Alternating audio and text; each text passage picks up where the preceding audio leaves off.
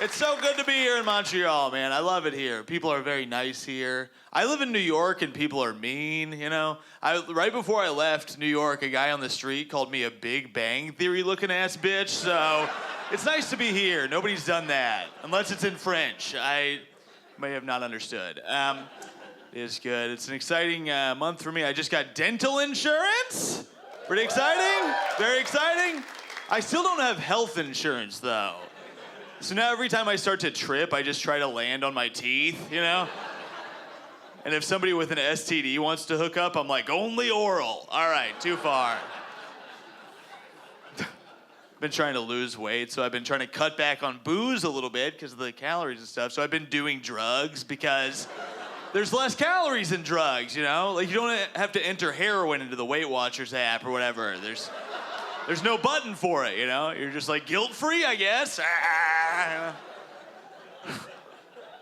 I get myself into trouble trying to lose weight with edibles because I don't have any snacks in my house. I got rid of all the snacks, no chips, no cookies, because I know if I get high, I'll eat them, you know, and that defeats the purpose. But then I'll eat a little bit of an edible, and then I get high, and then I get hungry, and then I only have the edible there.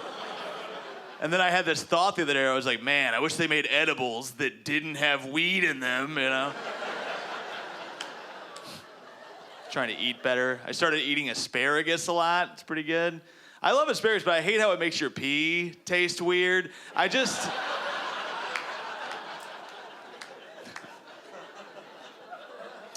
I'm from a place called Indiana. I don't know if you guys have ever heard of it. It's funny. My family won't visit me in New York because they think it's too dangerous, which is ironic because Indiana's the most dangerous place I've ever been. Like, when I was a kid, our main form of entertainment was a trampoline that didn't have the, like, guard net thing around it. Anybody else grow up with those? Those are like little kid Vietnam, you know?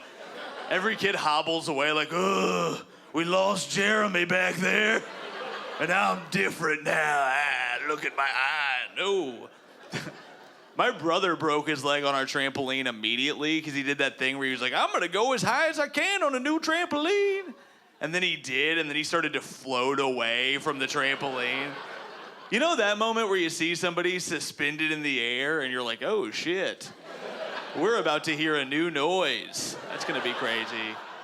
And then he hit the ground so hard, we both knew he broke his leg, but I had to finish my turn. And then after that, me and him both decided we couldn't call for help because we didn't want to lose the trampoline, you know? We didn't want to get the trampoline in trouble. So he made me drag him in the house, and then when my mom got home, we told her that my uncle broke my brother's leg because we were more willing to lose a family member than a bouncy tarp that takes hillbillies closer to the moon, you know? Whenever I go home now, I bring my mom, like, gifts. I bring her those signs from Bed Bath & Beyond, you know? The ones that are like, live, laugh, love. Does anybody like those? She doesn't. She's been piling them up in the garage. I realized I'm the one that likes them. Like, that's the old man I'm gonna become, is my house just be covered in signs that are like, don't talk to me till I had my wine, you know? It's a gross thing to be. I've become very aware of those signs in other people's houses. Like, I saw one in this couple's house the other day that felt like a true cry for help because it said, relationships are hard work. And I was like, man, I hope they bought that sign together, you know? Otherwise, what a passive-aggressive move, you know? Like, could you imagine coming home after a long day at work and your husband's like, honey, I bought a sign for the house. It's about how you're a bitch, and I want our friends and family to see it. Shouldn't say bitch so much. My grandma passed away not too long ago. Thank you guys. Good night. No, it was a real bummer. She was very funny. She had a very dark sense of humor. She got extra funny towards the end of her life because she got dementia and she started calling everybody a bitch all the time. It was very weird. It was funny. It got awkward, though, because she would talk all this shit about her old friends. She'd be like, yeah, Annie, she's a fucking bitch. Always flirting with everybody's boyfriend, goddamn bitch. And we had to tell her, because the dementia, we were like, Grandma, Annie died like 5 years ago. And without missing a beat, she goes, still a bitch. This is a real quote from my grandma. She goes, a young bitch turns into an old bitch, turns into a dead bitch. We were like, Jesus, did DMX write that? What have you been listening to, Grandma? I can't keep up with your references, Grandma. My grandma got me really into this show called My Cat from Hell.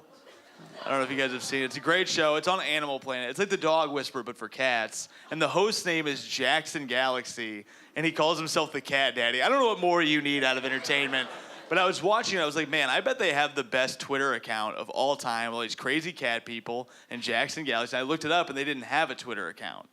But now they do. Because I made one. I made a Twitter account for My Cat from Hell. And I got like 15,000 followers over the course of 1 year. Because for the entire year, I played it straight. All I would tweet was like, check out the show, Sundays at 9. What was your favorite meowment from tonight's episode? Like, for a whole year, I did that like a psycho. It was so believable that every time someone interviewed the host, they would tag my Twitter account. So I had people fully bought in. And then a year in, I got drunk, and I was like, let's burn this thing down, you know? I built my empire, let's watch it crumble, you know?